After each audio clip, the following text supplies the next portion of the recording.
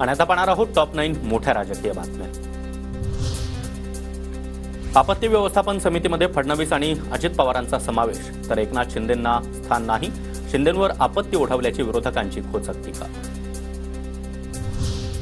आपत्ती व्यवस्थापन समितीमध्ये कुठलाही बदल नाही। आपत्ती व्यवस्थापन समितीमध्ये शिंदेंना वगळल्याच्या प्रश्नावर मुख्यमंत्री फडणवीसांची प्रतिक्रिया। प्राधिकरण त्याच्यावरून जे आहे ते एकनाथ शिंदे यांना नाव वगळलं।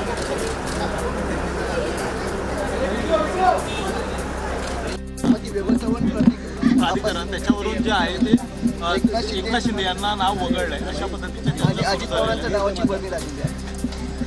कसं होणार आहे, काय कोण कसं वगळणार आहे, काहीतरी तुम्ही नवीन नवीन बातम्या तयार करता। आपत्ती व्यवस्थापनामध्ये अजित पवारांना जास्त ज्ञान असेल। आपत्ती व्यवस्थापन समितीमध्ये अजित पवारांना स्थान दिल्यानं संजय राऊतांचा टोला।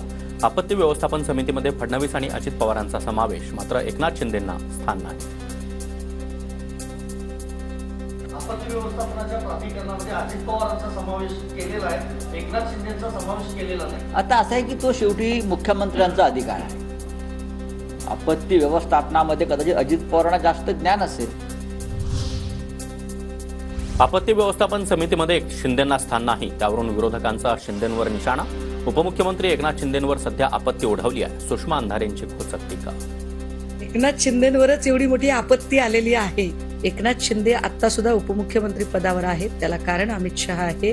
अन्यथा त्यांना कदाचित उपमुख्यमंत्री पदावरही देवेंद्रजींनी घेणं मान्य केलं नसतं। कुणाच्याही हातून चांगलं काम हो, त्याला आमचा पाठिंबा असेल, मंत्री संजय शिरसाट यांची प्रतिक्रिया। आपत्ती व्यवस्थापनामध्ये फडणवीस आणि अजित पवारांचा समावेश, मात्र शिंदेंना स्थान नसल्यानं शिरसाट यांची प्रतिक्रिया।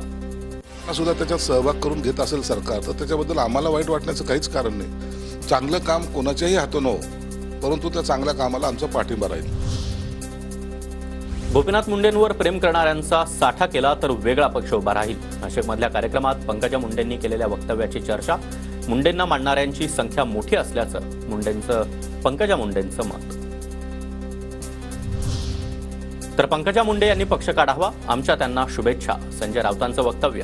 तर पंकजा मुंडे पक्षाबाबत विचार करत असतील तर हरकत नाही, मात्र त्यांनी सांगितलं म्हणजे त्या लगेच पक्ष काढणार नाहीत, भुजबळ यांची प्रतिक्रिया।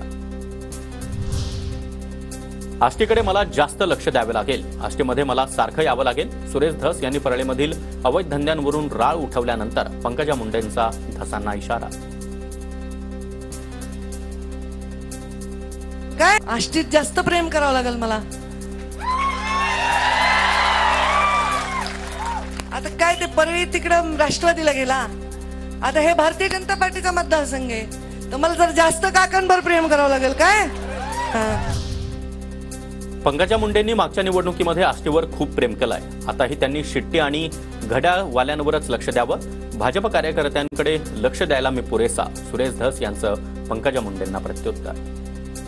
पंकजाताईंना माझी विनंती आहे, जास्तीत जास्त लक्ष तिथल्या राखेवरती द्या, वाळूवरती द्या। तुमच्याच मतदारसंघातल्या गायरान जमिनी हडप केल्या गेलेल्या त्याच्यावरती लक्ष द्या।